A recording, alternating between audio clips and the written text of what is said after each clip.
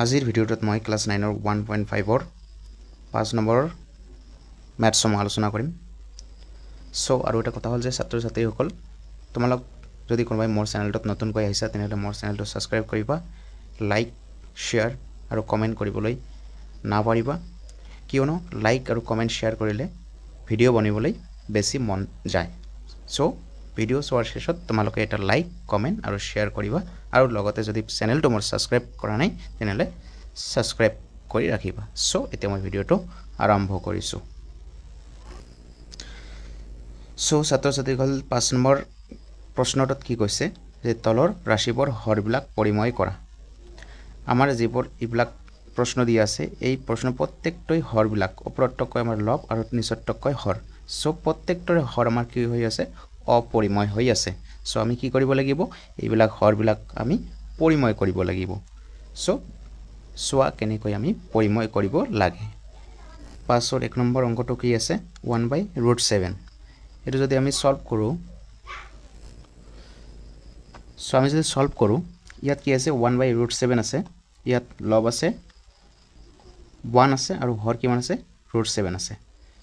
প্ৰথমে আমি 1/√7 লিখি ল'ম, তাৰপিছত আমি পূৰণ কৰিম কি হৰত যিটো মান আছে, ইয়াত √7 আছে, আমি ইয়াত √7ৰে লবতো পূৰণ কৰিব লাগিব আৰু হৰতো পূৰণ কৰিব লাগিব। কি কৰিলোঁ আমাৰ ইয়াত হৰ √7 আছে, আমি √7ৰে লবতো পূৰণ কৰিলোঁ আৰু হৰতো পূৰণ কৰিলোঁ। এতিয়া কি হ'ব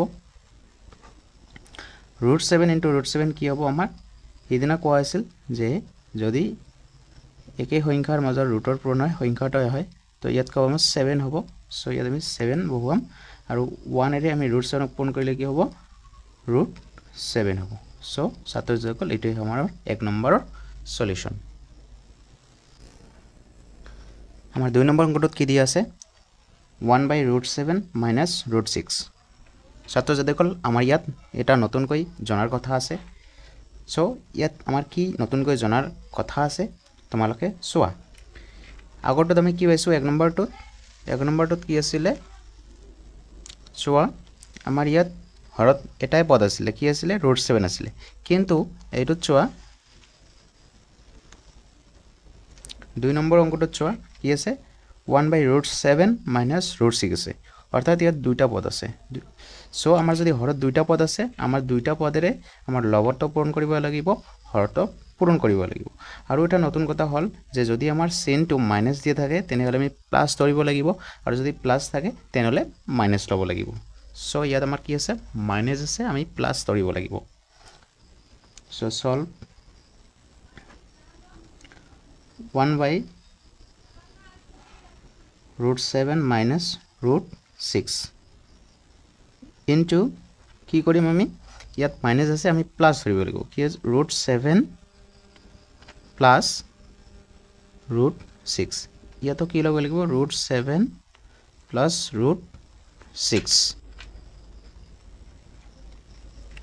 এতিয়া পূৰণ কৰিলে কি হ'ব 1ৰে আমি এই দুটা পদক পূৰণ কৰিব লাগিব। যদি 1ৰে এই দুটা পদক পূৰণ কৰোঁ, যদি 1ৰে এই দুটা পদক পূৰণ কৰা হয় তেনেহ'লে কি হ'ব 1ৰে √7ক পূৰণ কৰিলে √7 পাম, তাৰপিছত প্লাছ আছে প্লাছ হ'ব, 1ৰে √6ক পূৰণ কৰিলে কি হ'ব √6 হ'ব।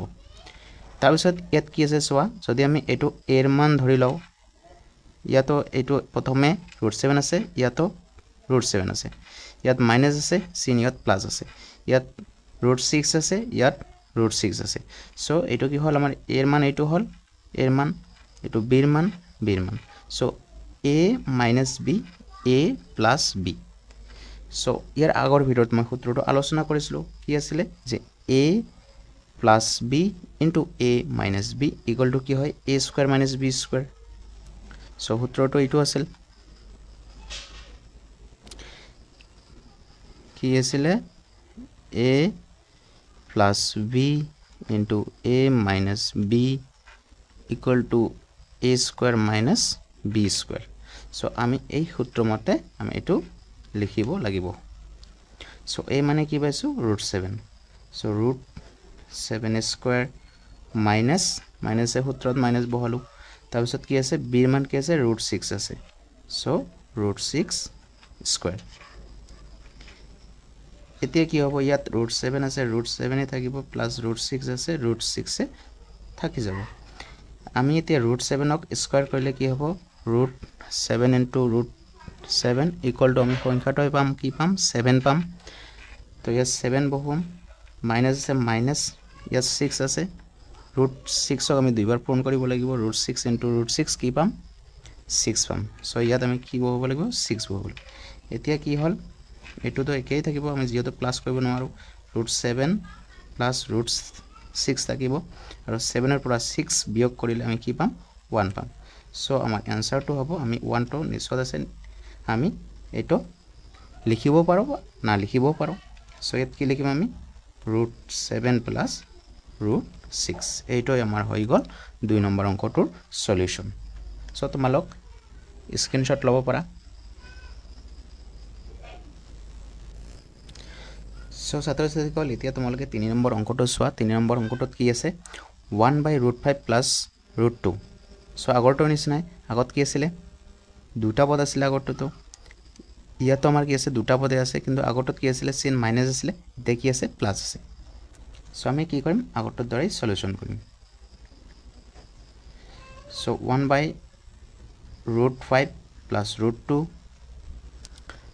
তাৰ পিছত পূৰণ কৰিব লাগিব কি পূৰণ কৰিম আমাৰ হৰত যি দুটা পদ আছে √5 প্লাস √2 এই দুটা পদৰে আমি লবটো পূৰণ কৰিব লাগিব আৰু হৰটো পূৰণ কৰিব লাগিব যদি আমাৰ চিন থাকে মাইনাস প্লাস লম প্লাস থাকিলে মাইনাস লম সো আমাৰ কি আছে প্লাস আছে এতিয়া কি লম মাইনাস লম সো √5 মাইনাস √2 আৰু ইয়াত কি আছে এইটো আমাৰ এইটো যে ধৰি লৈছো এইটোই আমাৰ কি হলো হৰটো পূৰণ কৰিব লাগিব √5 মাইনাস √2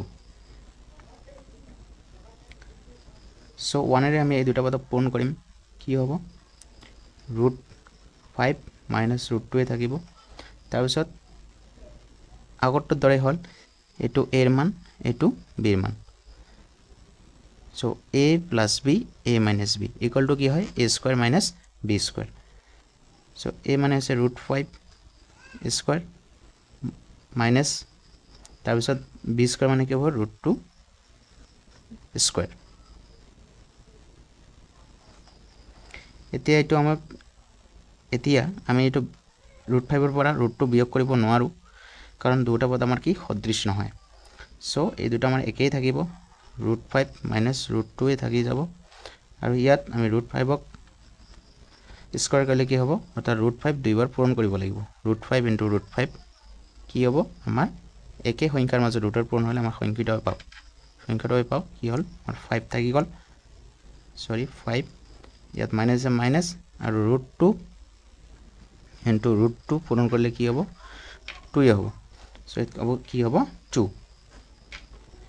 এতিয়া আমি √5 যেনেকৈ আছে ঠিক তেনেকৈ লিখিব লাগিব আৰু √2 আছে √2 লিখি লাগিব তাৰ পিছত 5 ৰ পৰা 2 বিয়োগ কৰিলে কি পাম আমি 3 পাম সো এইটো হৈ গল আমাৰ কি 3 নম্বৰ অংকটোৰ সলিউশন সো তোমালোক স্ক্ৰিনশট লোৱা